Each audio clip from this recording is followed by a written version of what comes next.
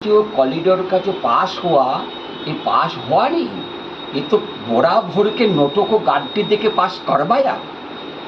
क्यों सवाल क्यों उठ रहा है? सवाल उठना चाहिए।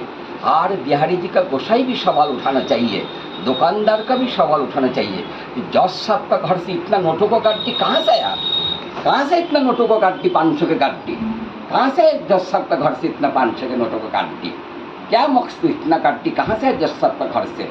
और मेरा का एक ही मांग है कि बिहारी जी का गोसाई, इतना दुकानदार, उसको सबको मांग रखना पड़ेगा कि जो जज साहब एक कॉरिडोर को पास करवाया, उनका अकाउंट जांच होगा, मोबाइल भी जांच होगा, दूध का दूध पानी का पानी हो जाएगा।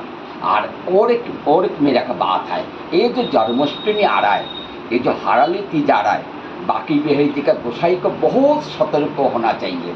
क्यों इस पर राजनीति साजिश करके कुछ भी करा सकता है, भाग दौड़ करके ऐसा करा देगा कॉरिडोर का फायदा उठाने का। अभी बिहारी जी का गोसाई को मांग रखना पड़ेगा, जन्माष्टमी हराले तीज में कम से कम 1000 BSF को देना चाहिए, तब जन्माष्टमी हराले तीज बाहर का पब्लिक का दर्शन होगा। तो बिल्कुल बाहर का पब्लिक दर्शन का बंद रहेगा। ये तो गोसाई को मांग उठाना पड़ेगा।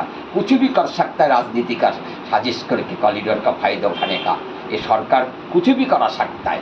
इससे अभी से बिहारी जी का गोसाई को सतर्क होना चाहिए कि हम लोग जन्माष्टमी हराले तीज नंदोत्सव का दर्शन का कम से कम वृंदावन में 1000 BSF चाहिए, तब हम लोग का जन्माष्टमी हराले तीज का दर्शन का हम लोग अलाउ करेंगे। नहीं तो बिल्कुल बाहर का पब्लिक का दर्शन बंद रहेगा।